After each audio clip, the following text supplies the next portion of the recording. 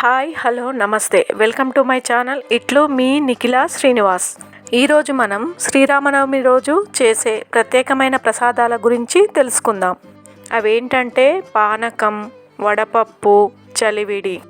మీరు ఈ శ్రీరామనవమికి ఏ ప్రసాదాలు తయారు చేస్తారో కామెంట్ బాక్స్లో కామెంట్ చేయండి. వీడియో స్టార్ట్ చేసే ముందు మీలో ఎవరైనా కొత్తగా ఈ వీడియో చూస్తున్నట్లయితే consider subscribing and don't forget to like, share and subscribe to my YouTube channel ఇట్లు మీ నిఖిల శ్రీనివాస్.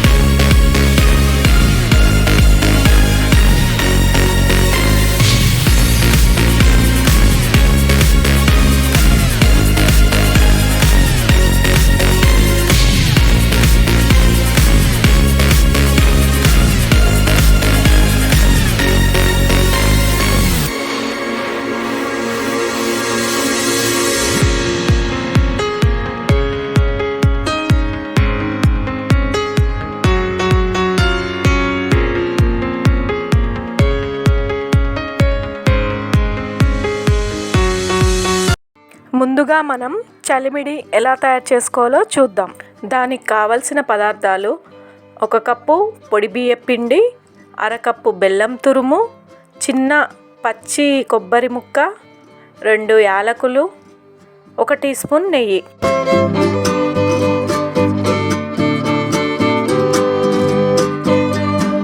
బియ్యం పిండిలో 2 ఇలాచీని కచ్చపెచ్చగా దంచుకొని వేసుకోవాలి. అరకప్పు బెల్లం తురుము, కొన్ని పచ్చి కొబ్బరి ముక్కలు, ఇవన్నీ వేసి ఒకసారి కలుపుకోవాలి.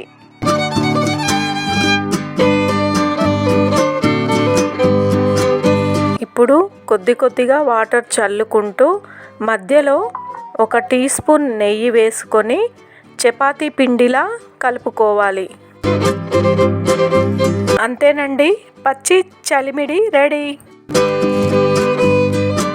ఇప్పుడు పానకం ఎలా తయారు చేసుకోవాలో చూద్దాం. పానకం కోసం 1 కప్పు బెల్లం తురుము, 10 మిరియాలు, చిన్న శొంఠి ముక్క, 12 తులసి ఆకులు, 2 ఇలాచి, అలాగే 3 కప్పుల వాటర్. 1 కప్పు బెల్లం తురుములో 2 కప్పుల వాటర్ పోసుకొని బెల్లం కరిగే వరకు కలుపుకోవాలి.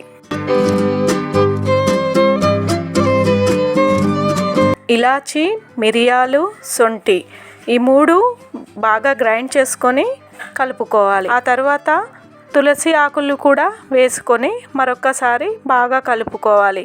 అంతే, రామయ్య తండ్రికి ఇష్టమైన పానకం రెడీ.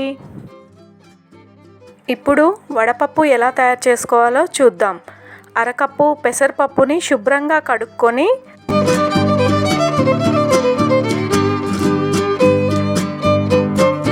కప్పున్నర వాటర్ పోసుకొని 1 గంట సేపు పక్కన నానబెట్టుకోవాలి. 1 గంట తర్వాత నానిన వడపప్పుని ఒక జల్లితో వాటర్ అంతా పోయేలా వడపోసుకొని గిన్నెలోకి తీసుకోవాలి. ఇప్పుడు చిన్న బెల్లం ముక్క పెట్టుకొని దేవుడికి నైవేద్యంగా పెట్టుకోవాలి. చూశారు కదా, శ్రీరామనవమి రోజున చేసే ప్రత్యేక ప్రసాదాలని. మీరు కూడా ఈ ప్రసాదాలని ఒకసారి ట్రై చేసి చూడండి. మీలో ఎంతమంది ఈ ప్రసాదాలని తయారు చేస్తారో కామెంట్ బాక్స్లో కామెంట్ చేయండి.